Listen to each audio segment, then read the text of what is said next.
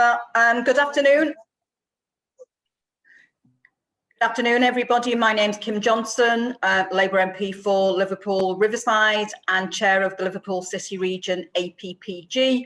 And I'd like to welcome all MPs, speakers, stakeholders and the sponsors to our meeting today. You will have received minutes of the last meeting, and hopefully there's somebody that was at that last meeting. Hopefully you can approve those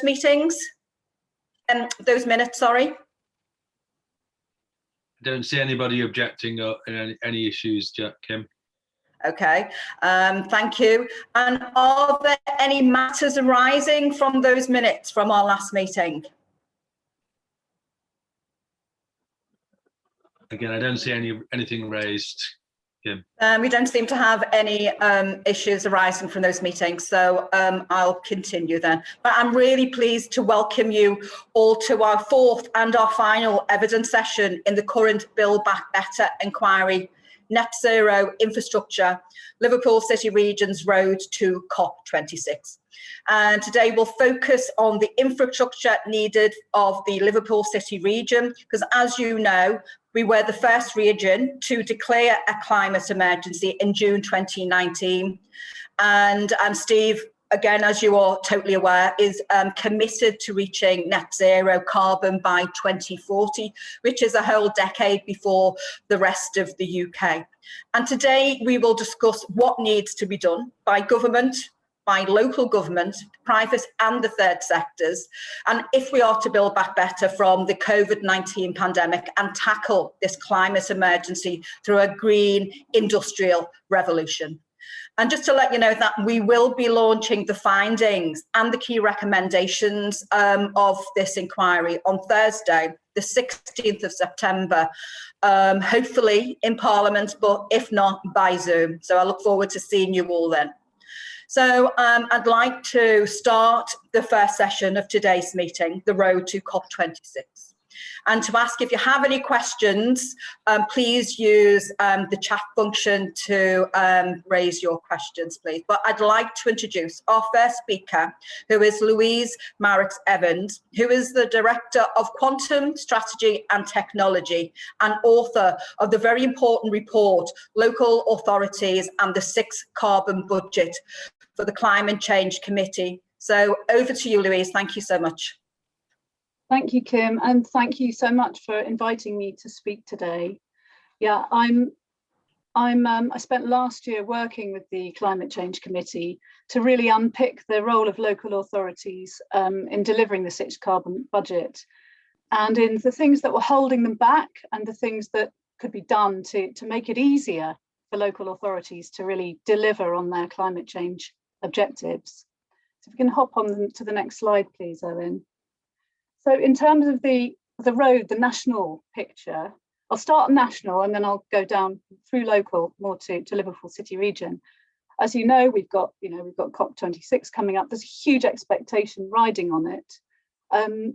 We've had this big commitment from government to net zero by 2050, which was a real move, and I think showed the power of those student protests and this big will by local people and by business to want to get cracking towards net zero. And we've got the nationally determined contribution, which was in line with the Committee on Climate Change recommendation to drop those levels by nearly 70% by 2030. And the progress report that the Committee on Climate Change has just issued talks about how ambition is falling short, although there's a lot there, but particularly delivery is falling short. And so the policy that will help us deliver in practice what we'll see in the street, what we'll experience as businesses and customers and residents is falling way too short and is happening too slowly. And what we've got are all the climate emergencies signalling that local government's really pushing ahead of that national agenda. And that's causing a bit of a headache in that policy making because they're thinking towards 2050, but that's missing out on some really important place-based opportunities where there's opportunities to do stuff, but it's held back by that lack of policy. Okay, we had a lot of strategies expected. Thanks, Owen. we've got the net zero strategy, which we're all waiting for this autumn, the buildings and heat decarbonisation strategy, and the hydrogen strategy. And those ones are particularly key in the retrofitting piece, which I know you're talking about later today. So this is a sort of array of reports, including my report on the sixth carbon budget up there in the top left-hand corner, but also PowerShift, which is a report we did for UK 100, which unpicked in a quite laborious manner the powers local authorities have to tackle climate change and all the things that are holding them back or contradicting them. So that might be around housing viability, for example, where you're trying really hard to make developers do something, but then you're tripped up by other policy.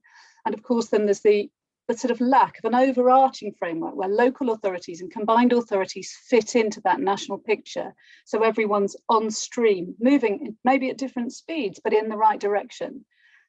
So we're calling really strongly for a framework for national to local delivery, something I'm working on at the moment with UK 100 and which the city mayors and hopefully Steve Rotherham are going to be signing up to and committing to in mid-July at a summit meeting being held in the West Midlands.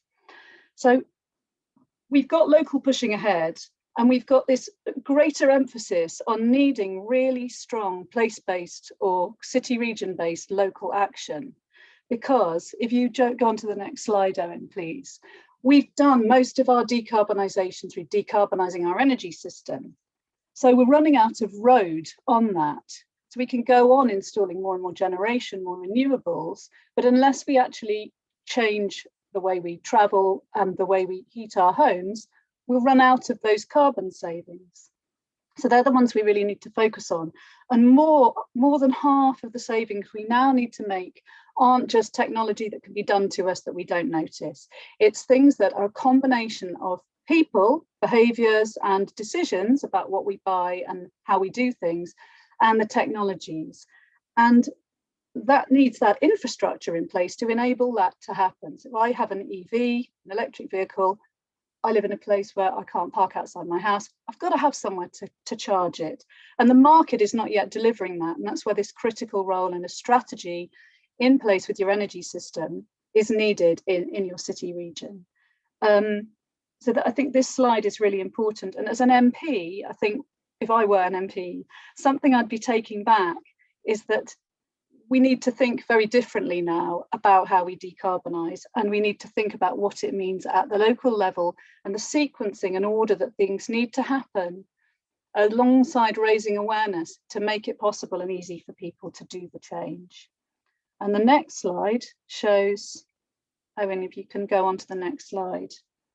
This shows the extent of influence that your combined authority and your local authorities have.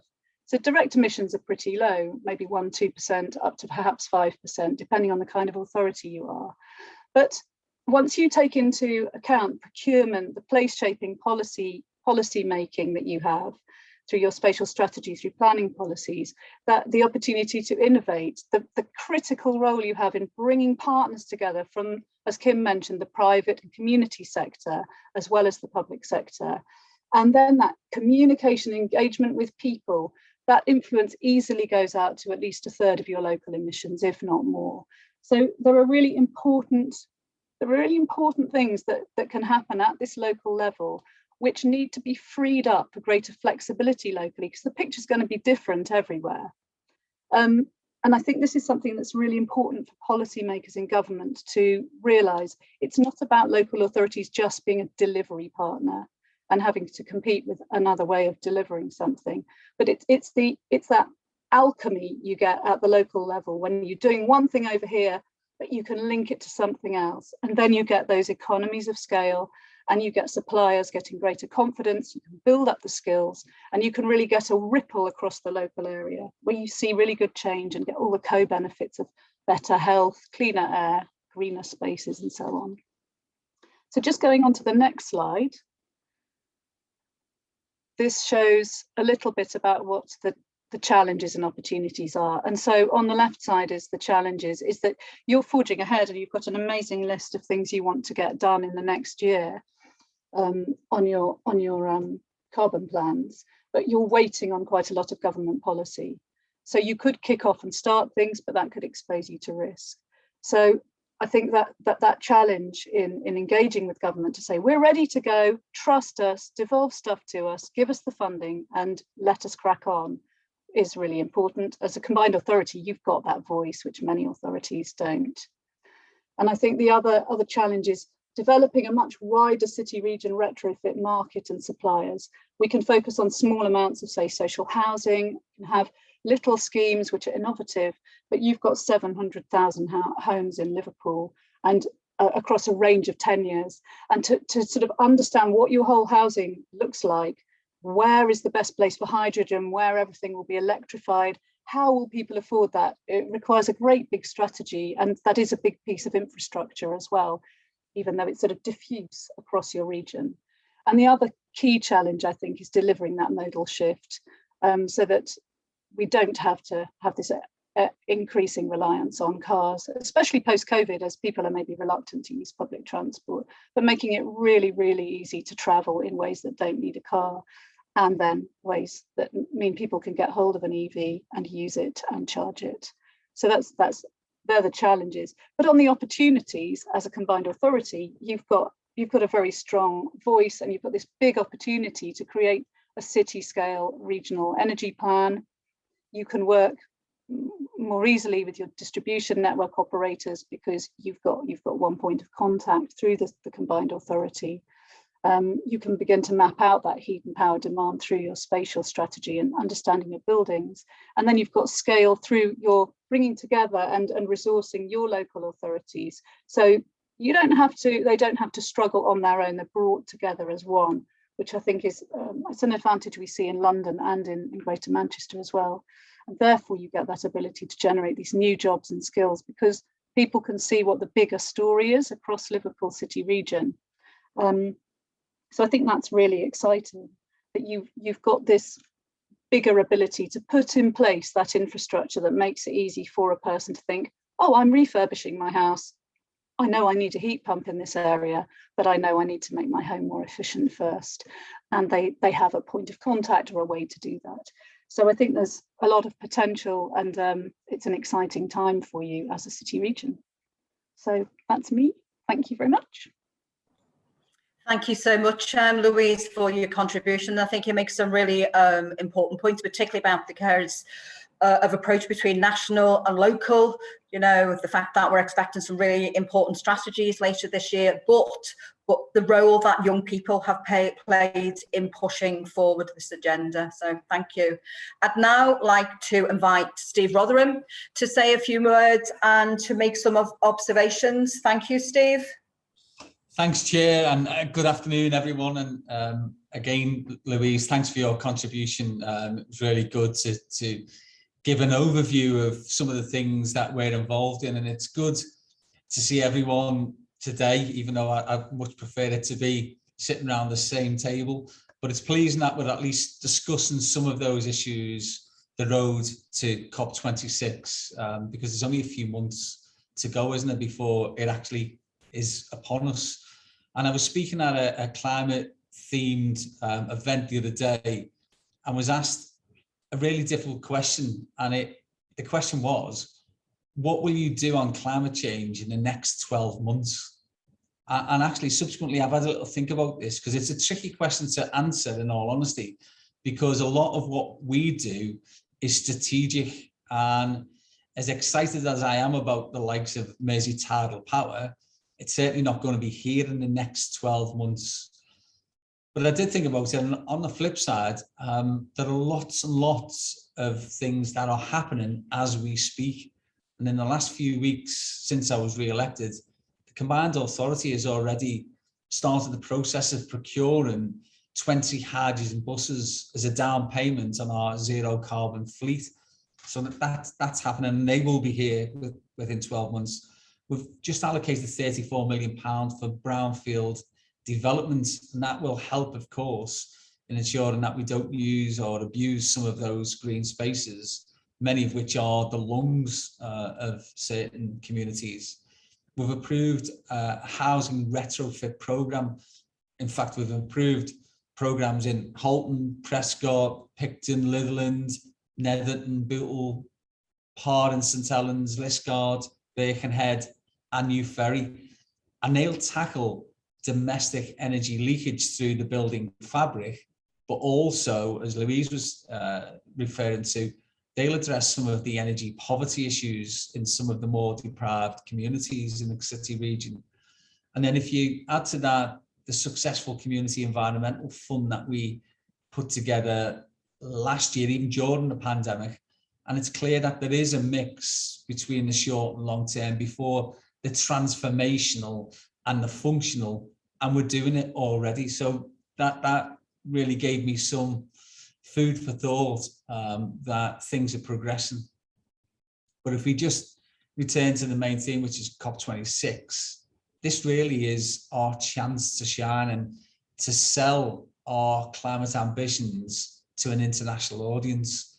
And we're doing our bit, not just in the Liverpool City region, but we've teamed up with the likes of Greater Manchester with Andy and his team, and others as part of Net Zero Northwest. And we're going to have an exhibition ourselves at COP26, where there'll be all sorts of conversations, but a series, for instance, highlighting, again, Chair, what you just been talking about, young people's aspirations, you know, how they will look at the world and how that world will evolve and revolve in the future, and how the next generation can be trained, educated, and skilled in the things that we'll need to tackle the vicissitudes of climate demand and change. So what we've done is to book a venue in Glasgow to host a series of smaller fringe investor events. And we're working with, for instance, the city's conference team. And in the months leading up to COP, there's going to be a proactive engagement and awareness campaign to build that support, to help government in their deliberations about supporting things like Mersey tidal power. So we will be showcasing our schemes, the big stuff, hydrogen, you know, the Barebow Bank stuff on wind turbines, and of course tidal, as a symbol of how the UK can achieve its net zero targets and how we can help government deliver on its level and up agenda. And so your support, Kim, Chair, and all the MPs in trying to get the message across is really, really important to us, you know, whether it's social media, letters, parliamentary questions, written questions, or whatever, you know, even at PMQs, it can be vital for us, because on hydrogen, for instance, we are by far the most advanced, but there are 4 different projects, and we're told that only 2 of them will be getting taken forward. And if we allow that just to be determined on petty party politics, then we could lose out, and it has to be on what is the best case, the best business case, but what will give UK PLC its biggest bang for the buck. And I hope that's where we can rely on all of your support.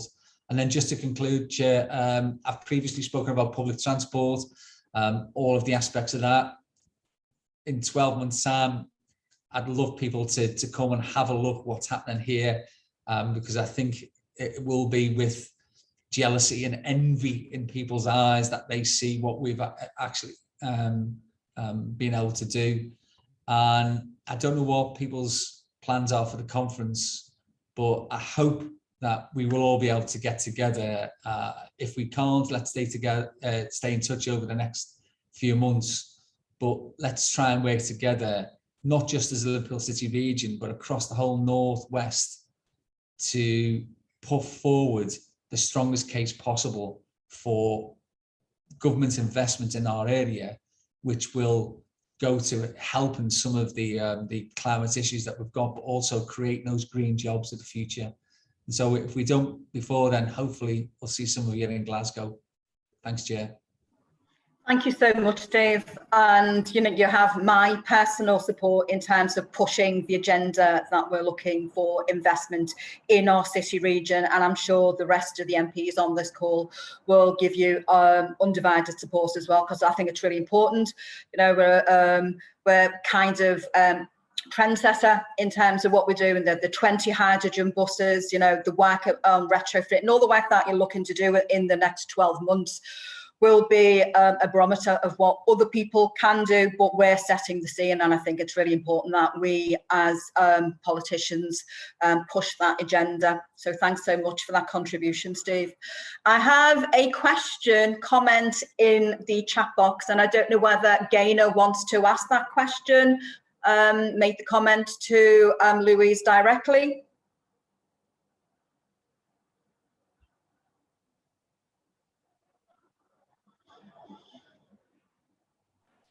Hi, sorry, Kim, I was on mute there. No, because I thought both Louises are now having heard Steve presentation. It's just about being proud about the opportunities that are available, not just in the city region, but as Steve's just said, right across the Northwest. The power, I think, of the Northwest is in the partnerships and the partnership approach. So that's what I was saying to Louise. Just commend both presentations, really. Thank you so much, Louise. We've got Baroness Hooper and Mary Rimmer. Would you like to put forward your comments, questions, please? Thank you. The presentations have been wonderful, and Steve speaking, it's very simple to understand. A lot of people back off away from the environment, COP26 and everything, think, oh, it's too complicated above me, but it's not. It isn't when you get to look at it. I was wondering, is there any chance of us having a copy of the presentation? Mary, can you go closer to the mic, please? We were losing you a little bit. Yeah. Can you hear me now? Yeah, better. I don't know what happens here. Is there any chance of having a copy of the presentations sent to us to keep? Yes, the secretariat will make sure they're circulated. Yeah, I find them useful. I love the onion one for the local authorities and local involvement. That onion one is so easy and so helpful. And it really does make things simple for people to understand. The more it becomes simple, the more we're getting involved, Thanks very much for that. Thank you, Mary. And Baroness Hooper, would you like to make a contribution? Thank you. I couldn't find the hand. I've now found it. But anyway, thank you very much for the presentations. In terms of COP26, as you know, I'm very interested in the international side of things, and I'm particularly interested in Liverpool's links with Latin America as the great port of the Americas. And so in terms of the event that Steve was mentioning, about having a venue in Glasgow to showcase your plans. Are you planning to invite any of the international guests? And have you considered having a focus perhaps on some of the Latin Americans? Because as I say, as I've said in the past, it is something that I think could help not only in our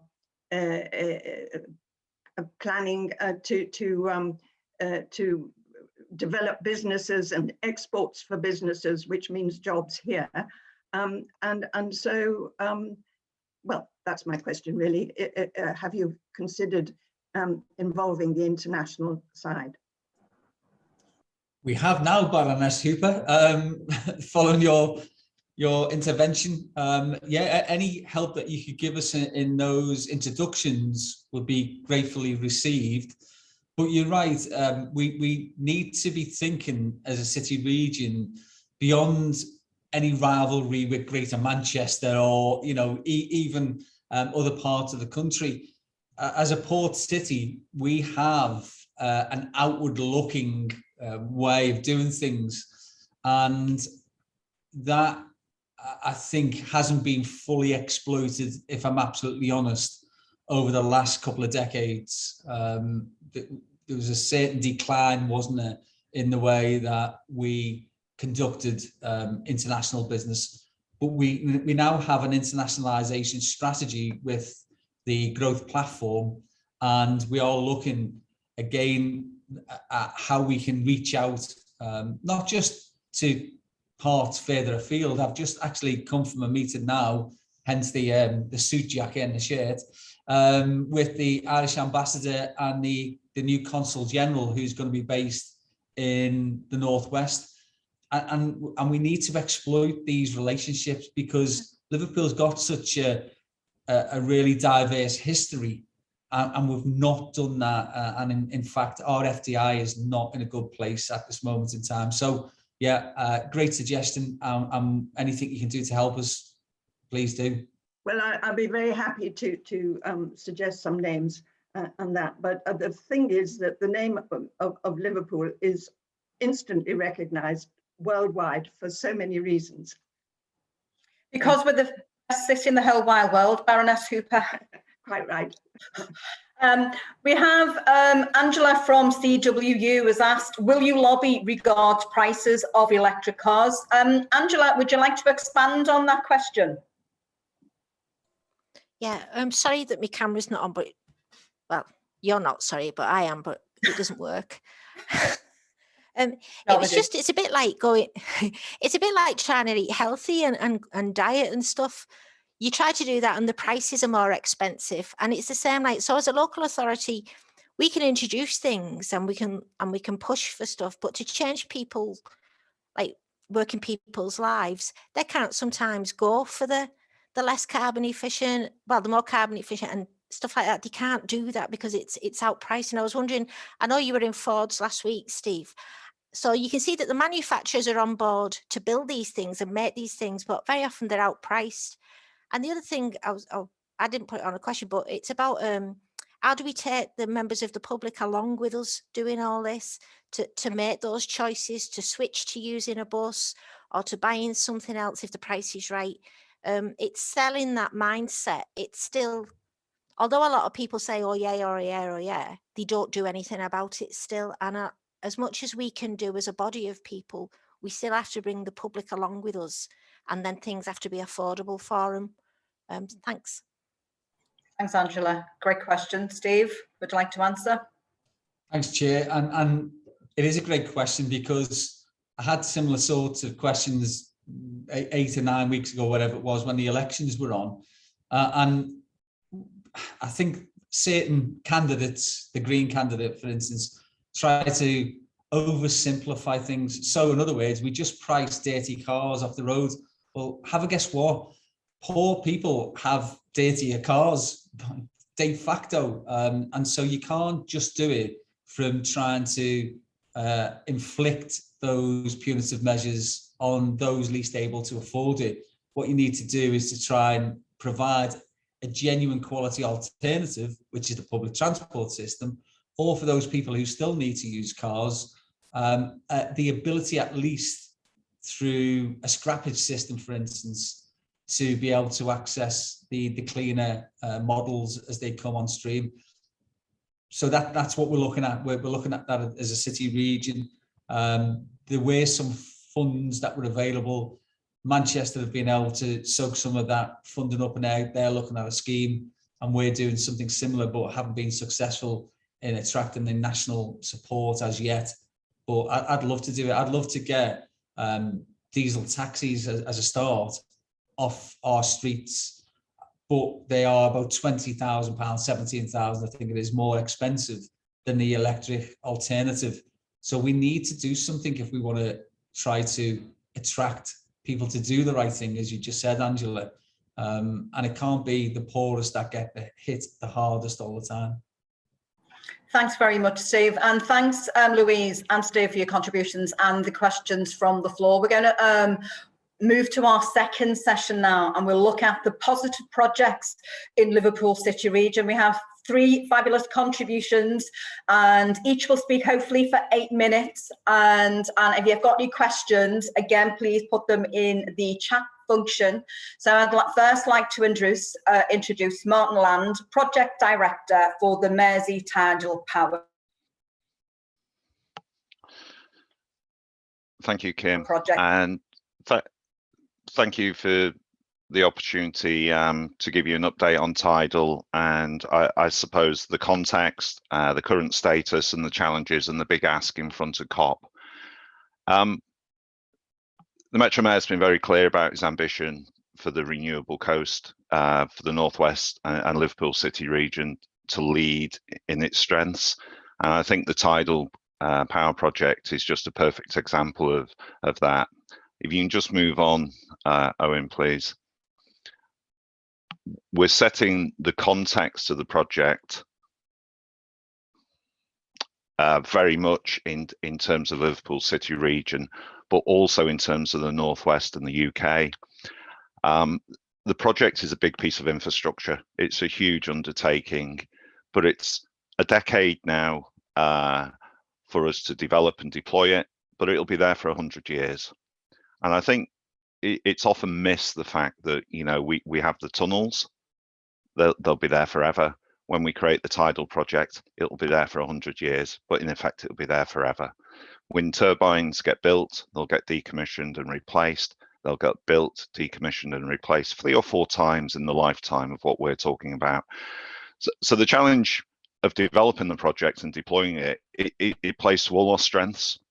We've got a large urban port city, a large population, a large tidal range, and it just gives us that perfect combination to try and green the electricity supply in the region at a time when we're losing other sources of generation, but also to build on all our other things, on modern methods of construction, on the green economy and growth, on bringing apprenticeships through, on reinforcing our industrial strategy and giving us other outlets for you know, our automotive and our aeronautical skills and our nuclear skills, and just really, you know, it's as we've captured it, the time for tidal. Next slide, please. I think contextually we've noted down the strategic context. I think we all understand the imperative of climate change, and we've been distracted a little bit recently with COVID. And COP's a great opportunity to bring this milestone back. I think the thoughts I'll leave you with in terms of the strategic context is we're making decisions now, not just for the next generation, but the generations after them. And again, that's the longevity of the type of project we're looking to invest in. And if we didn't have the public leadership of this project at this stage, then it wouldn't be being developed. So we're number 12 on the 10-point plan, but we're needed.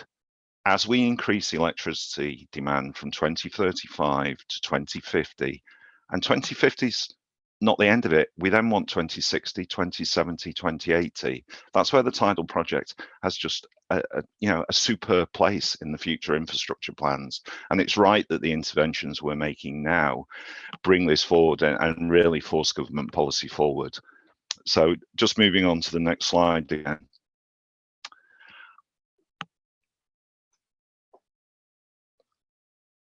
Sorry, I'm just getting a slight delay. So again, in the context of the Northwest, you know, we've seen the closure of Fiddler's Ferry, Wilfer nuclear station closed. There's 2 nuclear stations up at Heysham that will close. We've already got 11 wind farms built offshore in the Northwest. So from Solway to Anglesey, we've got 11. We've got 4 more in development, including 2 exciting ones from BP coming into region.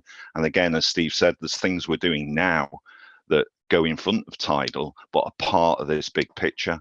But it is the fact that electricity is now set to double, and every single investment now has to be low carbon for the future. And that's where tidal is that complementary choice. It works well with hydrogen, it works well with storage, it works well with solar. You know, we all like solar, but it's daylight, summertime generation. You don't get nighttime generation, you don't get winter generation. Tidal will be generating 4 times a day. It will always be generating on the flood and ebb tide. And the schemes we're looking at, maybe a barrage or maybe a lagoon. And there is the place for both of them as part of a 30-year vision. You know, they're not exclusive. If we did the barrage first, we could come back and do a lagoon or vice versa. And so the project now is focusing on what scheme selection to make. So just moving forward again, please, Owen. I just wanted to give you really a scale of what we're talking about. So the single turbine unit, and there'll be multiple turbine units, looks like this. It's around about 8 meters, and you can see, you know, the size of a person at the bottom, always that good comparison. These units are existing technology. So we want to nudge the technology forward a bit, but they turn at relatively low speed. They've been built out. You know, the first ones were built out 60 years ago in northern France that has a good tidal range. More recently built out in Korea, and this is a picture of the one in Korea that was built out in 2014. These units are twice the size of a single offshore wind turbine.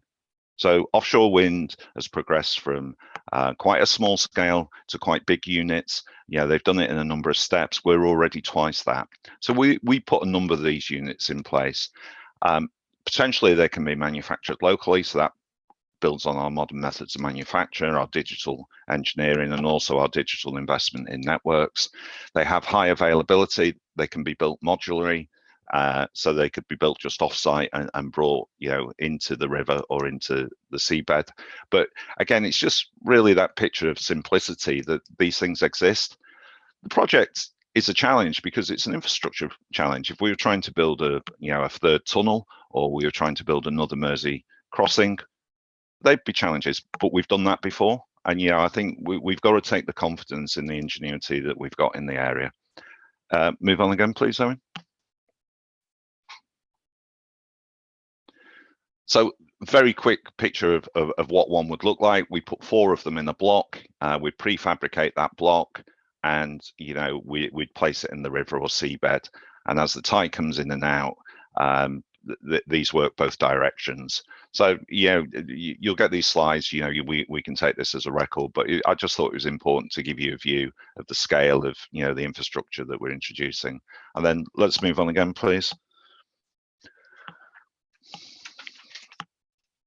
And so I think, you know, just in summary, it's the right time for the project. It's still got a term to develop it. We have to go through formal consenting as a national significant project. We need government to revise the national planning statements to accept tidal range. You know, they're aware of that. You know, those NPSs are 10 years old now and are not fit for purpose for any number of technologies, not just tidal range. And also we want to look at a regulated asset-based funding.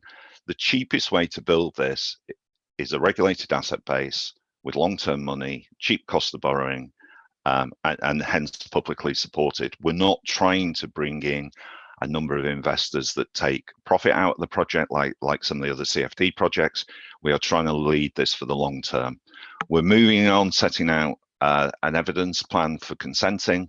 Had a fantastic conversation Wednesday with 13 of our environment stakeholders from right across the region. We've got some really good discussion ongoing on how we might do some surveys in some of the local areas, you know, counting birds, looking at fisheries, looking at habitats. Really been well engaged for the last 12 months with those stakeholders. And, you know, early next year, we'll take it into statutory process. We're still looking at the modelling, and the option of a lagoon or a barrage, you know, is on the table. We want to be sure we get the right one at the right time. We're doing lots of work on cost analysis and supply chain. And of course, you know, at a conceptual level, projects have got a history of having the wrong number, and we're trying to get that right. We're working to the best practice that the IPA have published on cost estimating, and you know, we'll bring some of that information forward. And I think the point down at the bottom is, you know, last year as part of Build Back Better and then the CSR, we asked for some early feed money for next year. We need that money, and we want that announcement before COP. You know, money's flooding into hydrogen, into carbon capture, into nuclear. This is also part of the future, and regionally we need this money. Otherwise, we risk putting it down. And, you know, we've got to keep the momentum. We've got a great set of engagements. And really, Kim, that was it for me. Thank you so much, Martin. You know, a really interesting presentation. I'm really pleased to see that, you know, because I know for years we've been talking about harnessing power of the river. So it's nice to see kind of a light at the end of the tunnel, you know, funding permitted, you know, so thank you so much, Martin. Now I'd like to move on to Bronwyn Rapley, Chair of Liverpool City Region Housing Associations. Over to you. Thank you very much, Kim. So it feels like from the sublime to the ridiculous, the massive project of tidal to little tiny houses. But housing associations also have a significant contribution to make to reducing carbon, and we're ready and willing to deliver that at scale. But we do need some things, and in particular, we need that framework of policy and certainty on funding in order to develop the long-term supply chain. So the Climate Change Committee argues that for the UK as a whole to meet net zero by 2050, there must be near complete elimination of greenhouse gas emissions from housing. So the challenge for housing is really significant. And in 2019, the direct burning of fossil fuels to heat space and water in homes accounted for 13% of the UK's carbon emissions. So these are the emissions that we have to focus on eliminating, and doing so is how we're going to reach net zero. The road to net zero outlined by the Climate Change Committee and by government is focused on retrofitting housing first, with the vast majority of energy efficiency improvements being completed by 2035, which of course aligns well with the local authority, the combined authorities' focus on achieving this by 2040. But from 2025 onwards, we need to radically escalate the installation of clean heat in all homes. We know that national and regional targets are different. We know there's a tangle of initiatives. So our sector really needs to cut through the noise by focusing on delivering fabric improvements as soon as possible, with an emphasis on realising home improvement and community wealth benefits for our customers. So what this points to is retrofit, which is all about making the envelope of the property as heat efficient as possible. And that's not just about retaining heat, it's about ventilation, because we need to make sure that we don't make the homes uncomfortable for people to live in. We know that warming is a challenge for us as well as managing cold. And we need clean heat for space and water heating, and we need to be able to fit the appliances that will deliver that clean heat. Housing associations, and we believe those in the North in particular, can lead the way, because we have large numbers of homes and experience in delivering repairs into and investment into occupied homes. So of the 700,000 homes in the Liverpool City region, 150,000 of those are social housing and are owned by the City Region's housing associations. Together, we will build over 8,000 homes in the next 5 years, and we spend 400 million per annum on our homes. So there's a huge market there for us to invest in. And what we can do and are doing is pilot different solutions for the very many different types of property that we own. And each of us, we own a huge range of property, from system-built properties in the 1960s through to Edwardian and Georgian properties in Liverpool. There's a huge range, and we're working on all of those to find ways of solving some of these problems. And also, as long-term investors in place, we're able to build up community wealth by supporting people into the jobs that will be created in the low-carbon economy. So we think together we can maximise that return on northern investment. So what are we doing? We're working closely with the combined authority and local authorities to bring forward pilot projects to demonstrate the way forward. We're raising awareness of how we can contribute, and we're preparing to invest both through the development of pilot projects, but also in making some of the hard choices we're going to have to make around investing in our existing homes and the impact that may have on our ability to build new. To succeed, what we need is that long-term committed funding that will build confidence in the supply chain and promote the technical innovation that we need to deliver net zero and enable us to gear up for delivery. And the comments that Louise make, I think I entirely endorse about wanting to run ahead, but not having the policy framework to do that. We need to make sure that the North gets its fair share. We've all had experience of mechanisms being skewed in a way that funding goes down to the South, and we entirely support the work of this group to deliver a fair share for the North. And certainly one of the things that we hope the government will look at is the devolution of funding to the combined authority through a multi-year social housing decarbonisation fund. And of course, with everyone, we need that decarbonised grid and a technical solution for the clean heat to deliver that low carbon heating. So in summary, housing associations can and will play an important part in achieving net zero through creating energy efficient homes and providing space and water heating with clean heat, through acting as a spearhead to provide solutions for owner-occupied homes and the wider population that also need to decarbonise, and as long-term investors in our communities, making sure that we use our networks and reach so that those investments benefit every community through the jobs and opportunities that Green Revolution will create. But to deliver that full potential, we do need some long-term devolved investment to make sure that technical solutions are developed and the supply chains are built. Thank you, Chair. Thank you so much, Bronwyn. And again, really ambitious programs going forward, and I think I heard you right by saying you had 650,000 homes to potentially retrofit, which I think, and what Steve said before, was going to benefit, lots of our most disadvantaged constituents in terms of energy poverty. So thanks very much for your presentation, Bronwyn. I'm going to move on now to Joe Harrison, Environment Planning and Innovation Director for United Utilities. And if you have any questions for any of the contributors, can you please put in the chat? So over to you, Joe. Thank you so much. Thank you, Kim, and thank you for the opportunity to present to you and the group today. Responding to climate change is a long-standing priority for United Utilities.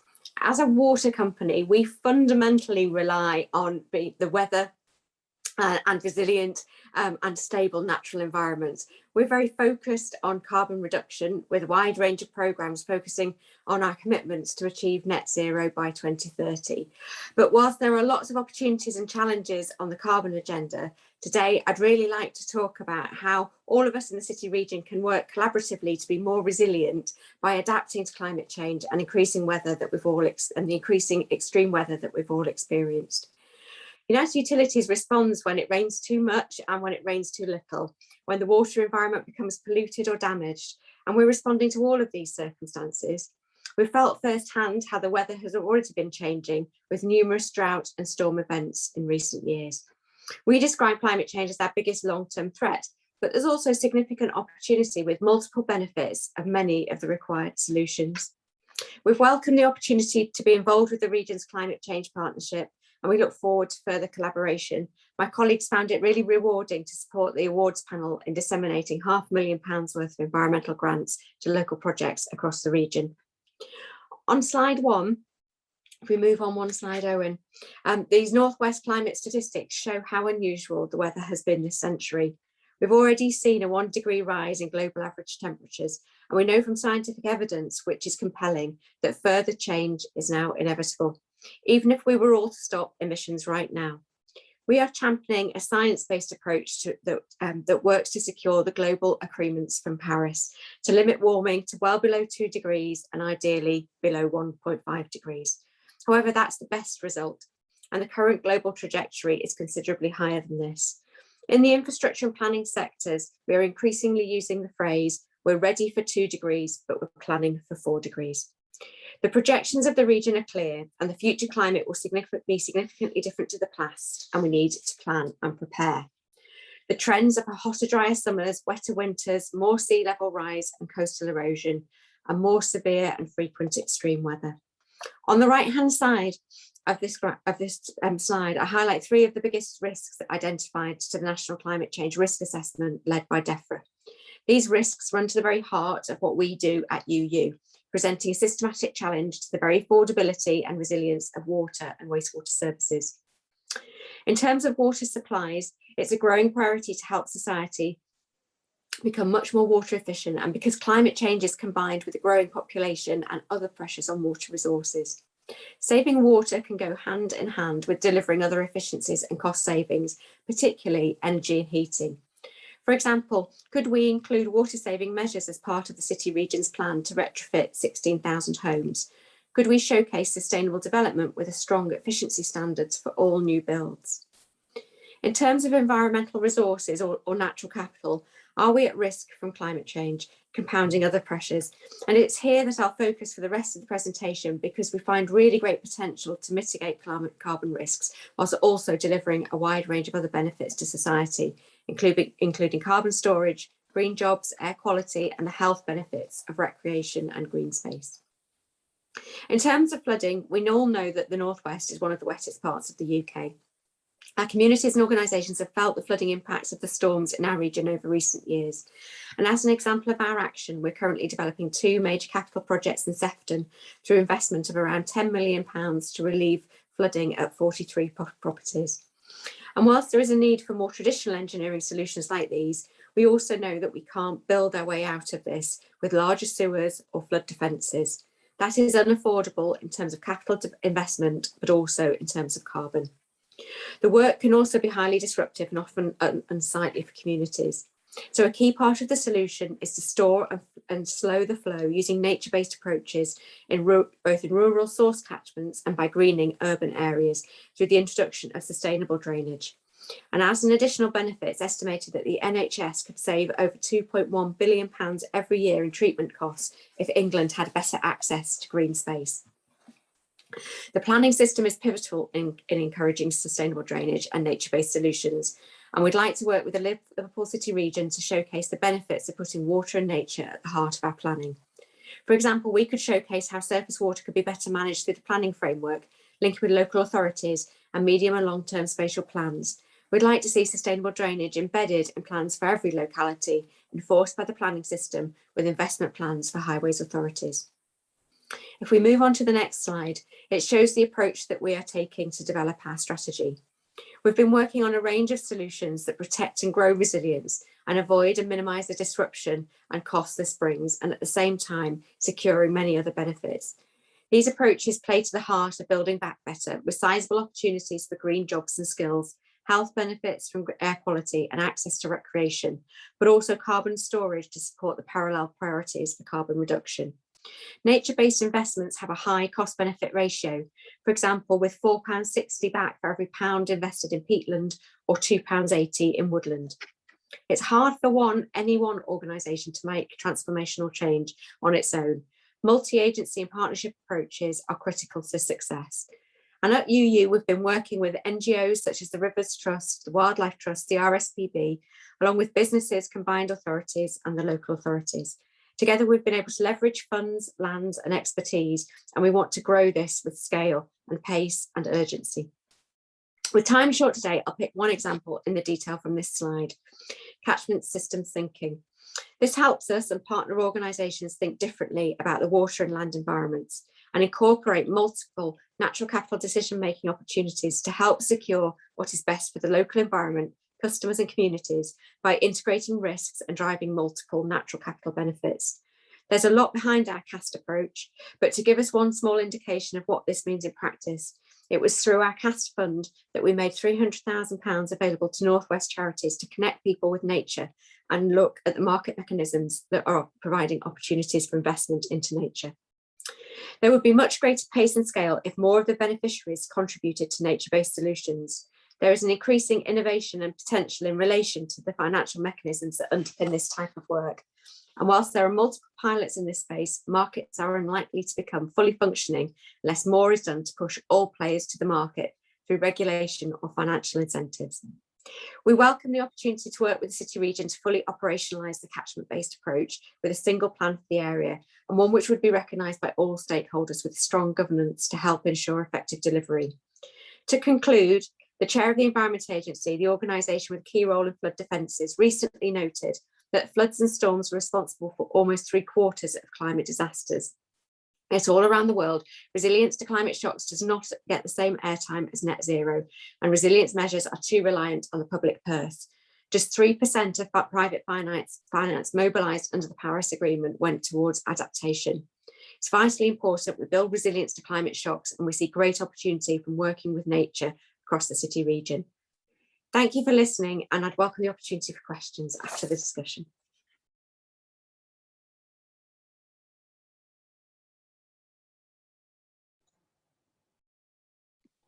think you're on mute, Kim. Yeah, I've remuted. Thank you, Joe, for a really fascinating contribution. I thought it was quite interesting what you said about the money that could be saved by the NHS if people had access to green spaces. And I think that, is quite phenomenal, the amount of money that you mentioned there.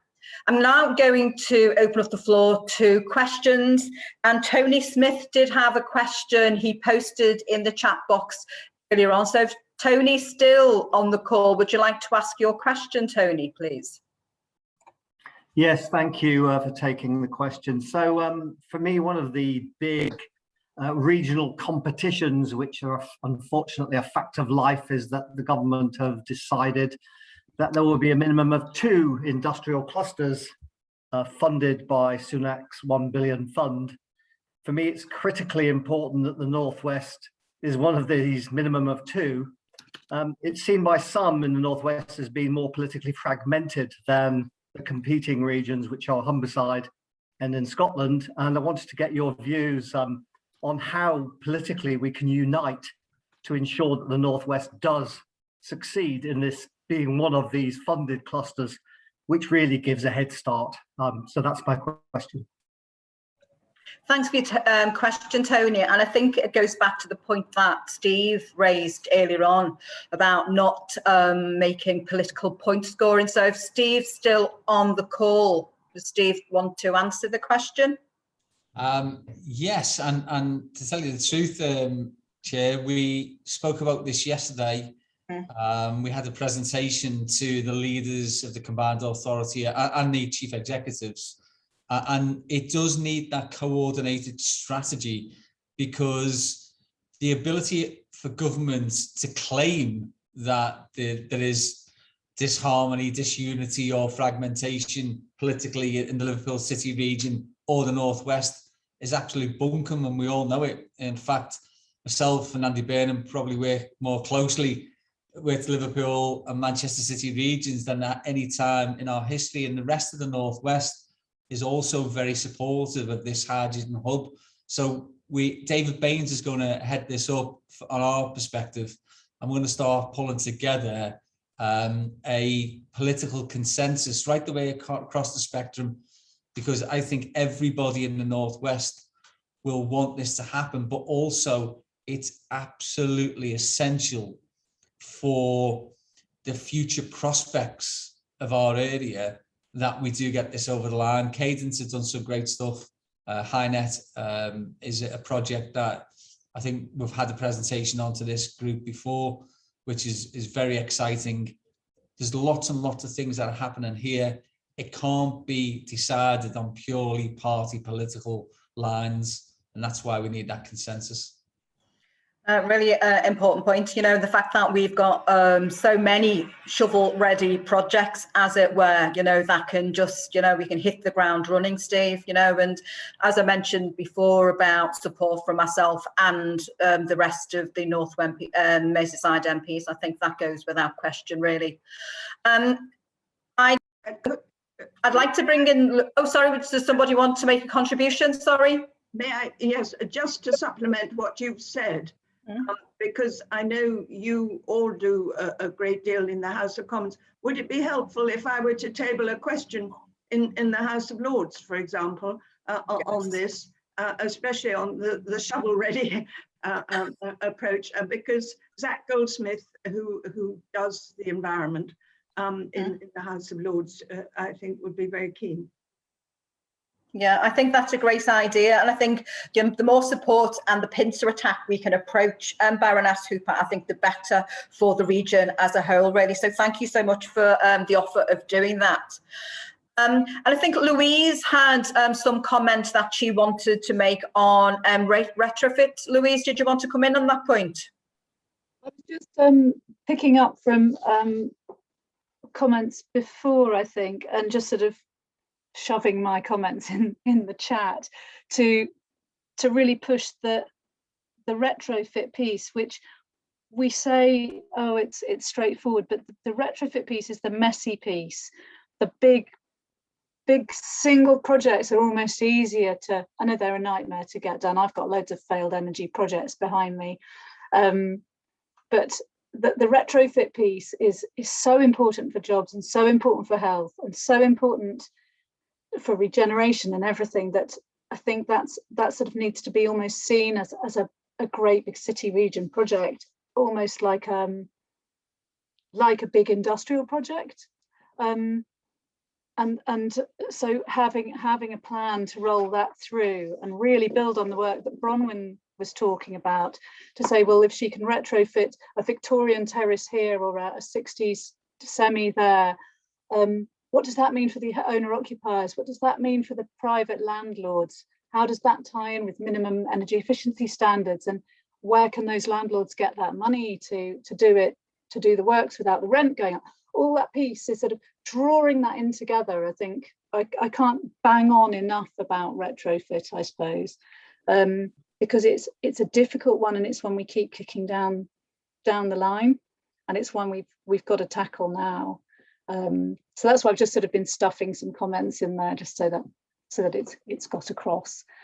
Just lastly, on the industrial clusters piece, I think one big thing to look out for, which is one that came up in my work last year, is the energy from waste emissions. Those are going to become a big albatross around our neck.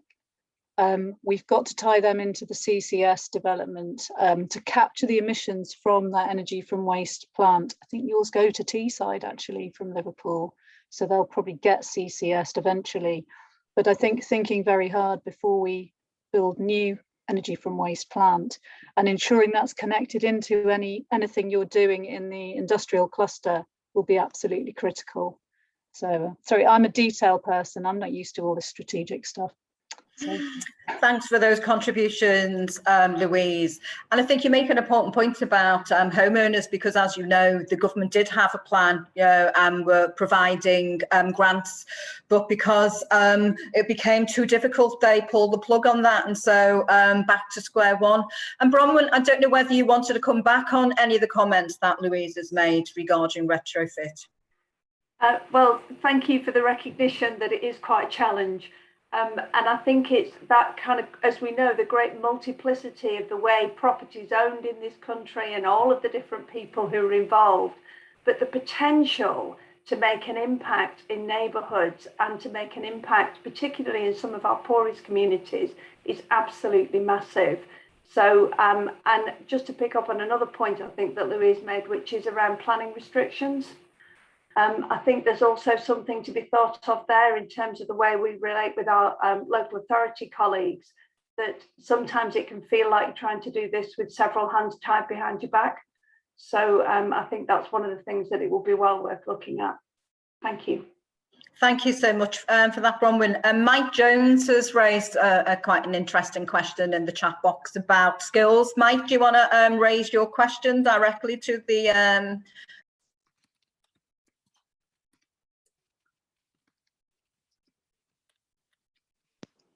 I eventually got the thing to unmute. Hi there. Yeah, I mean, skills are going to be a major issue moving forward. I mean, I've mentioned heat pumps, but we've got EV charging. We've, of course, got all the insulation for homes.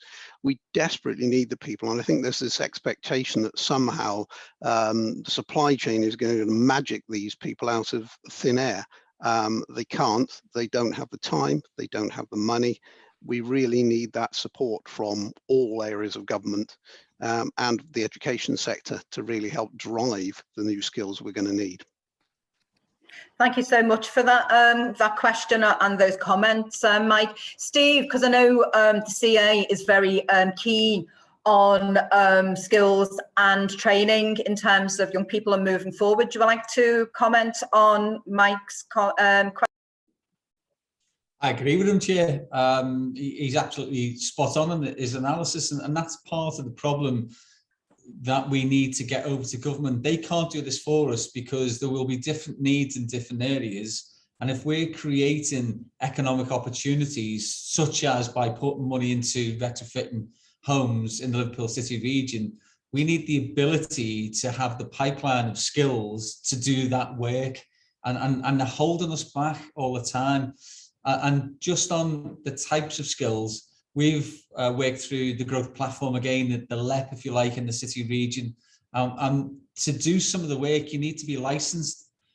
And that's even before you get the people with the right skills. So we've had to explain to people about how you get the license.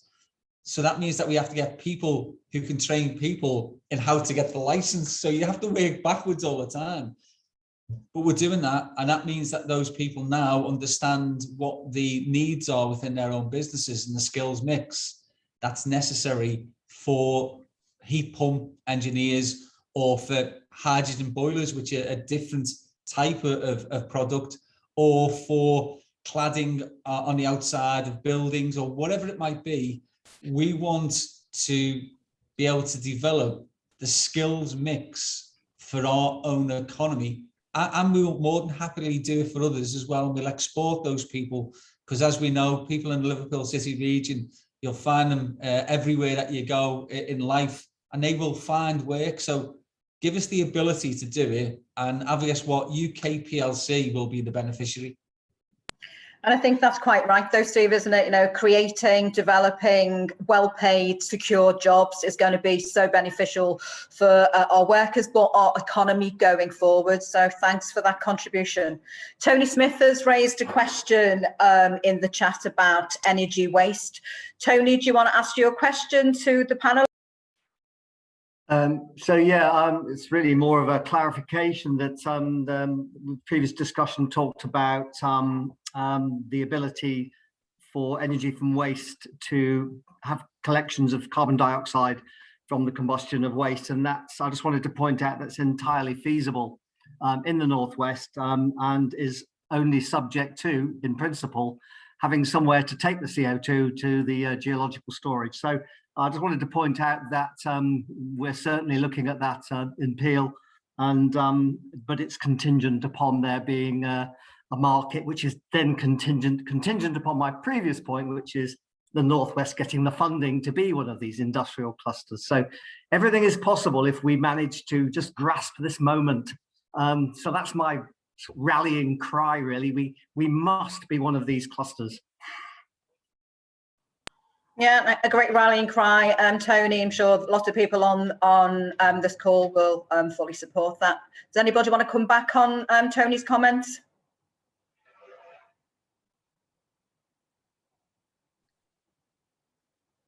No. I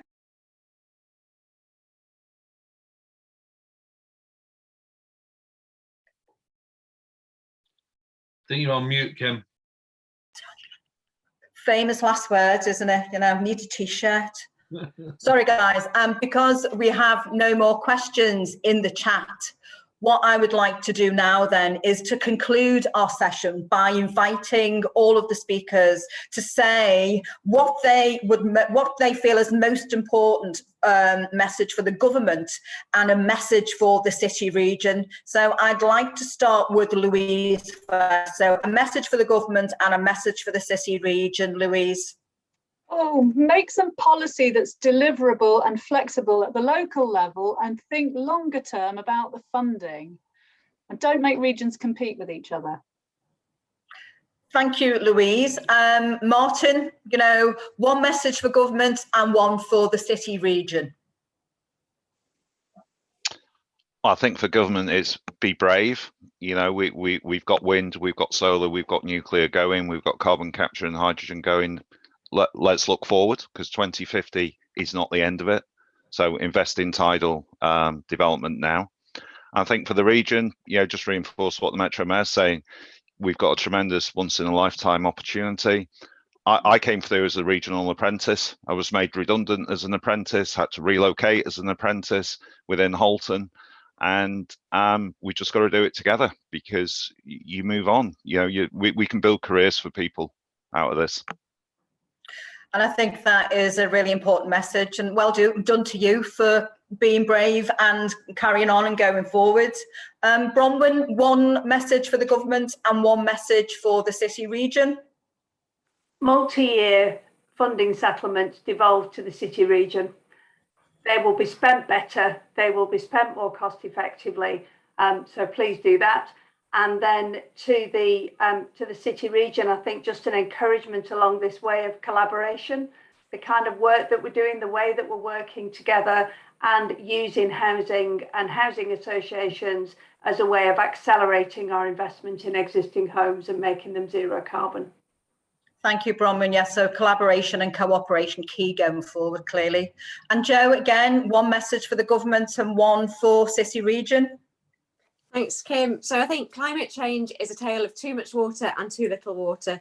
So the message for government is really around we need to think differently from a planning perspective, both in terms of enabling sustainable drainage, but also enabling much more holistic catchment-based approaches to thinking about water management.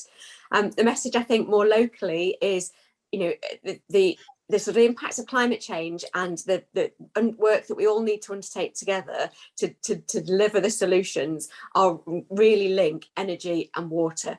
So when we're looking at how we communicate with customers, when we're looking at how we retrofit homes, you know, those two things really, really tie in. How do we really drive water efficiency to save energy and create resilience for communities? Thank you, Jo. And again, it's very much about working together, not in silos, so everybody benefits, because we see the impact of climate change, don't we? The northwest of America at the moment, people are dying because of extreme heat, you know, and it's like scary, isn't it, you know, in terms of what's happening and the impact that will have on younger generations. So I'm going to end with Steve. You know, Steve, what message do you want us to take to the government? If the government's really serious about levelling up, and it's made great stock about this, it's on all of the stuff that they produce, no matter what department, if they're genuine about it, we can help them achieve that in the Liverpool City region. And they just need to use devolution as the tool that they can get better delivery and therefore start to see the economic opportunities in areas other than the south. So I'd say that would be my message to government. But there is one to the combined authority and to the city region, and that is that we need now to see advancement in delivery. We need to speed things up. I want to accelerate the stuff that happens on the ground. People have been patient with us, you know, Kim, 4 years now since we got a combined authority. They are starting to see things growing out of the ground. We just need more stuff to point at to say, this is the benefit of doing things locally, because you get a bigger bang for your buck. Definitely, because actions speak louder than the words, Steve, don't they? You know, so I would just like to say thank you to everybody for your contributions, to all the speakers, the attendees, the sponsors and the Secretariat. And as I mentioned earlier, the Heseltine Institute will be working over the summer with the Secretariat to produce a short report on this inquiry, and it will be launched hopefully in Parliament on Thursday, the 16th of September. And our next meeting will look at equality and diversity. So thank you everybody for attending the meeting today and all your contributions, and I look forward to seeing all of these amazing things happening in, particularly in the 12 months, some of the stuff that you've mentioned, Steve. So thank you to everybody for your participation. See you in the next meeting. Thanks. Cheers. Thank you, Kim. Bye. Thank you. Bye. Bye, everyone. Thanks, Kim.